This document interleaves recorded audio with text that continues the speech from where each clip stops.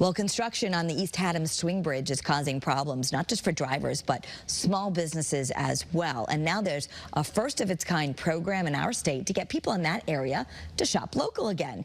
Channel 3 New London Bureau Chief Luke Hydash explains how it all works. The bell on his door, the cash register dinging.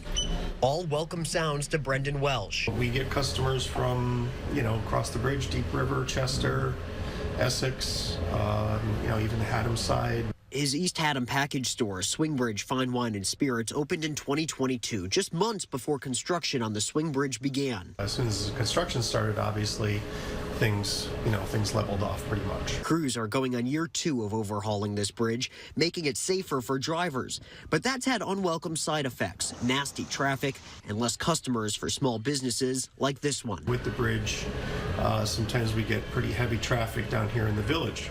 So, people just kind of avoid the area. To fix that, the Middlesex County Revitalization Commission has launched a new program, Bridge Bucks. So it's a coupon program, basically. The idea is if you bring back $10 or $20 and you redeem it, you're going to spend twice that much, if not more. Through a $100,000 grant from the Department of Economic and Community Development, the commission is giving out Bridge Bucks to qualifying small businesses. Welsh's was one of the first to sign up. Something just to incentivize people to come and shop, to be able to market the business and give people an incentive to stop down. The program launched about a month ago. So far, about 10 businesses have signed up. The commission reimburses all of them.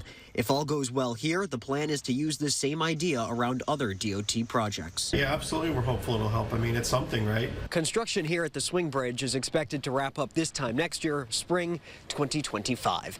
In East Haddam, Luke Hydash, Channel 3 Eyewitness News.